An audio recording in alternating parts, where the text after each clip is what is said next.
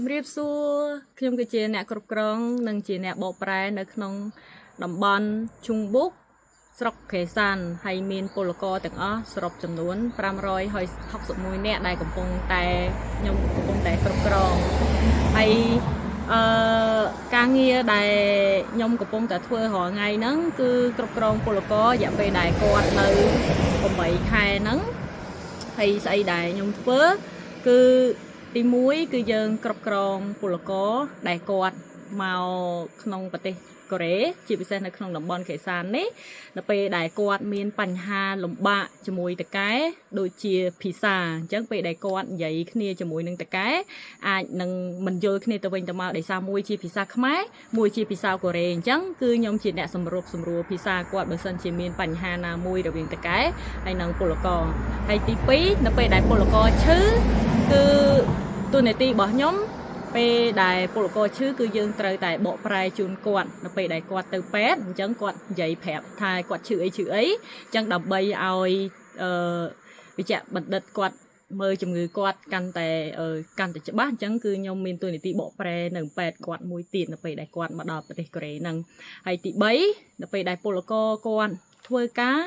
រឿងប្រាក់ខែឬក៏ថែមម៉ោងបើសិនជាតកែគាត់អត់បើកលុយឲ្យឬក៏ធ្វើការថ្ងៃសម្រាប់គាត់អត់គិតលុយឲ្យគឺ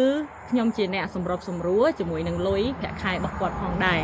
ហើយទី4ទៅពេលដែលតកែគាត់មានបញ្ហាអីមួយគឺយើងដោះស្រាយទូទៅតែម្ដងនៅពេលដែលពលករគឺក្នុងកំឡុងនៅពេលដែលគាត់ធ្វើការហ្នឹងគឺដោះស្រាយទាំងអស់មិនថា3ចំណុចដែលខ្ញុំបាននិយាយហ្នឹងទេឲ្យតែពលករមានបញ្ហាណាផ្សេងគឺខ្ញុំដោះស្រាយបញ្ហារបស់គាត់នៅពេលដែលគាត់នៅក្នុងប្រទេសកូរ៉េគឺខ្ញុំគ្រប់គ្រងពួកគាត់ទាំងអស់ហើយនៅពេលដែលពលករគាត់មកធ្វើការហ្នឹងគឺមានផលលំបាកជាច្រើនដែរប៉ុន្តែពលករយើងគឺគាត់មានការតស៊ូពលករខ្មែរយើងគឺមានអំណត់ក្នុងការធ្វើការងារអញ្ចឹងវាជាកត្តាមួយដែលធ្វើឲ្យថកែកូរ៉េពេញចិត្តពលករខ្មែរយើងជាងពលករសាសដតីទៀតដោយសារតែការតស៊ូអត់ធ្មត់របស់ជនជាតិខ្មែរយើងអញ្ចឹងគឺនៅពេលដែលពលករហើយតកែធ្វើការអត់មាន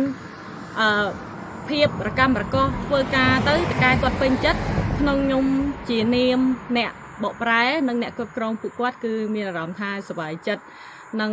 ត្រេកអរនៅពេលដែលពលករខ្មែរយើងធ្វើការដោយអត់មានបញ្ហាដូចជា stress ឬក៏បញ្ហាផ្លូវចិត្តរវាងតកែហើយនិងពលករអញ្ចឹងគឺវាជាអារម្មណ៍មួយដែលខ្ញុំល្អ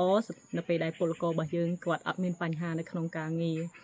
ហើយមួយទៀតទន្ទឹមនឹងពលករគាត់ធ្វើការងារល្អក៏មានពលករដែលគាត់ធ្វើការងារអត់ល្អផងដែរហើយសម្រាប់ពលករដែលគាត់ធ្វើការងារល្អហ្នឹងជាទូទៅគាត់មកដំបូងគាត់អត់សូវជាស៊ាំជាមួយនឹងអាកាសធាតុអត់ទាន់ស៊ាំជាមួយនឹងភាសាអត់ទាន់ស៊ាំជាមួយនឹងការងារជាពិសេសពាក្យសម្ដីរបស់តកែគឺតកែគាត់និយាយខ្លាំងគាត់បញ្ជាការងារមកលឿនពេកដែលធ្វើឲ្យពលករគាត់ចាប់អត់សូវបានដូចជាគាត់ឲ្យធ្វើប៉ាលីអញ្ចឹងគឺយើងស្ដាប់អត់បានអញ្ចឹងធ្វើឲ្យតកែគាត់អត់តន់ស៊ាំជាមួយយើងដែរយើងមកពីខាងអាស៊ីអញ្ចឹងគឺយើងរៀងយឺតដោយសារប្រទេសយើងក្តៅប៉ុន្តែតកែគាត់អត់សូវជាយល់ពីយើងប្រហែលទេអញ្ចឹងនៅពេលដែលគាត់មានបញ្ហាហ្នឹង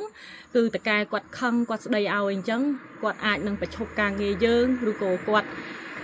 អត់ឲ្យយើងធ្វើការឲ្យយើងទៅខ្មែរអីអញ្ចឹងនៅពេលហ្នឹងគឺ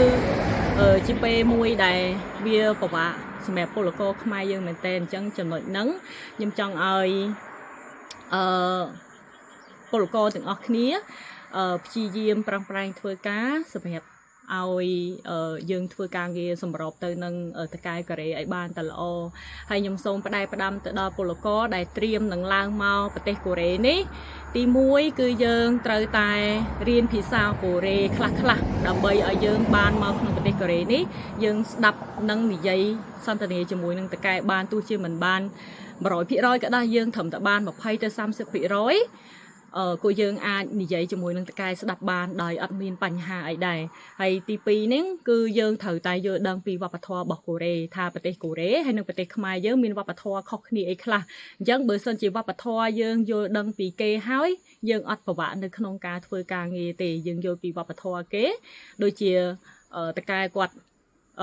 តកែកូរ៉េនិយាយលឿនអីអញ្ចឹងឬក៏រៀងសៃខ្លាំងអីអញ្ចឹងយើងត្រូវតែដឹងពីវប្បធម៌គេថាអូប្រជាជននេះគឺគេនិយាយបែបហ្នឹងអញ្ចឹងពេលដែលយើងជាជនជាតិខ្មែរយើងអត់មានការយល់ច្រឡំទៅនឹងវប្បធម៌របស់គេអញ្ចឹងបើសិនជាយើងយល់ពីវប្បធម៌ហ្នឹងហើយយើងអត់មានការភ័យខ្លាចឬក៏អត់មានការបារម្ភនៅក្នុងការធ្វើការងារអញ្ចឹងខ្ញុំសូមឲ្យបងប្អូនដែលជាពលករត្រៀមនឹងមកធ្វើការនៅក្នុងប្រទេសកូរ៉េនេះសូមឲ្យគាត់ទី1ជាយើងប្រឹងប្រែងភាសាកូរ៉េទី2ខំប្រឹង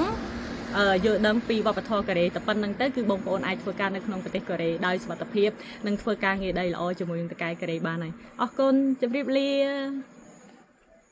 ពន្លឺពណ៌មាសរះលើជើងមេឃស្រុកគេ